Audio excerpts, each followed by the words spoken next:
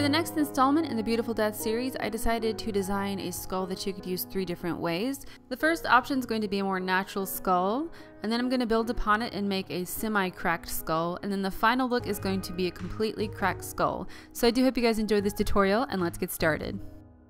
After blocking out my eyebrows with a bit of spirit gum and wax, I took a black pencil, and this is OCC's tarred pencil, and sketched in the design of the skull. Generally speaking, I do start by sketching in the eye sockets first, and then I build the skull from there. It's always good to get the eye sockets as right as you can. Then I'll add the brow ridges and the cheekbones, as well as the nose cavity, and sketch in a guideline for the teeth.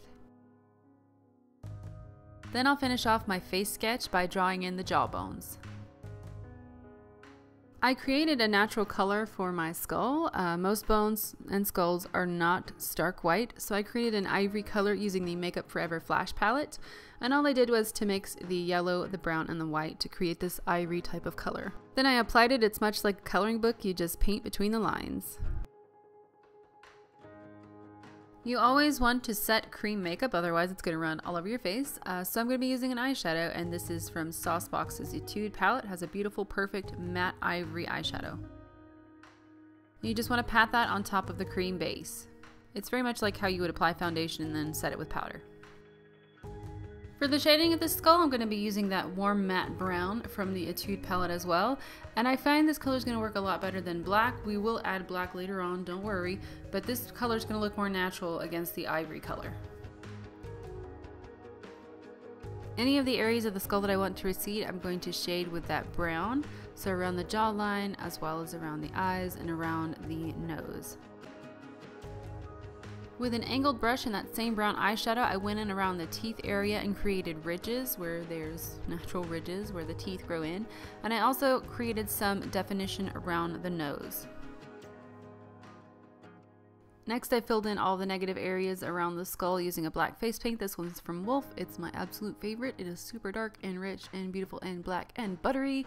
I don't know if that's enough adjectives. Anyway, I filled in all those negative spaces and also helped define the edges of the skull. And I also added some more detail, fine line work inside the actual skull.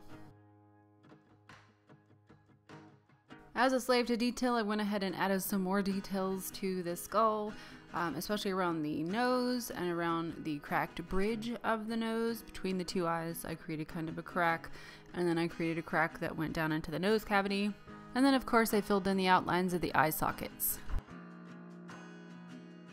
To create the teeth, I used a combination of eyeshadow and face paint, and basically what I did was sketch in the teeth with the eyeshadow since you can easily wipe it away, and once I was happy I further defined it with the face paint and then shaded with the eyeshadow again. To finish off this natural skull look, I filled in the eye sockets with a black cream eyeshadow and then set it with a black matte eyeshadow. Now I'm going to build upon the natural skull and turn it into a semi-cracked skull. So I'm going to concentrate the areas of crackage in certain areas of the skull. So along the cheekbone, the forehead, and along the chin. So basically to create cracks, you want to use a face paint. And I'm using that Black Wolf face paint again and creating kind of cracked lines. Do remember when you're drawing in cracked lines, you want it to look very organic. There is no pattern to cracks, so keep your lines very sporadic and very organic. You also want to vary the weight of your line, which means you want it to be a little bit thicker in some areas and a little bit thinner in other areas. That's going to create depth and dimension to the crack. Another easy way to create depth is to shade around the crux with the black matte eyeshadow.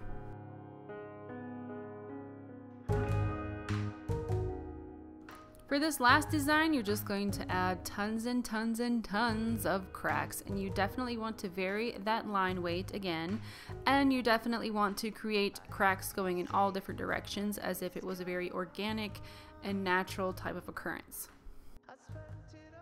So my friends, that wraps up this 3-in-1 skull tutorial. I hope you did enjoy it. If you did, please give it a thumbs up and join me on Facebook, Twitter, and Instagram for more makeup fun times. And also please feel free to leave requests below, comments, tell me what you want to see in the skull series. Otherwise, thanks again for watching, guys. Take care, and I'll see you soon. Bye.